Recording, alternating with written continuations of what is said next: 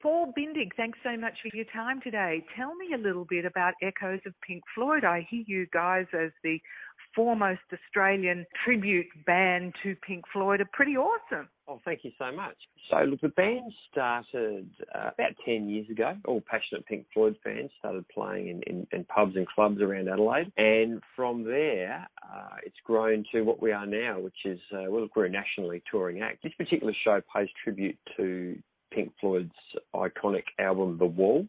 And that was released 40 years ago this year. So it was released in November 1979. And we're playing the album in its entirety from start to finish. So we actually explore the themes that are in The Wall.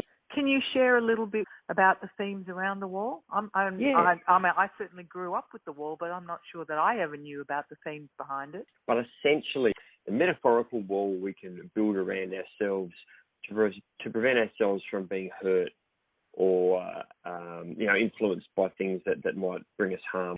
Where it all stemmed from was Roger Waters, who was Pink Floyd's bass player and one of the key muse and songwriter for the band. They'd just come off a tour, and he was starting to feel increasingly alienated by the playing the massive stadiums that they were playing in by that stage, and he was sort of disengaging from the audience.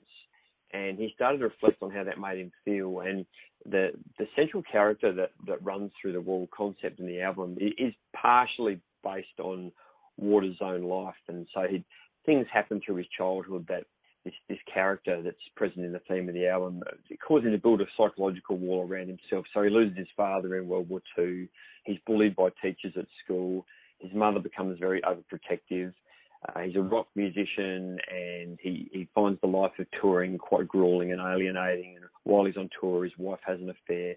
And all these things build up around him to create this feeling of isolation that he has to try and work through. He's a very, very clever songwriter and lyricist. And some of the words he writes, they're pure poetry. And those amazing words combined with the interesting themes that Pink Floyd explored, plus the brilliance of the music, I think it brings it all together to create a great experience. So not to mention the cool light shows and videos and things they used to play as well when they played live. We just love the music. It's so beautiful, and we love to share it with our audiences.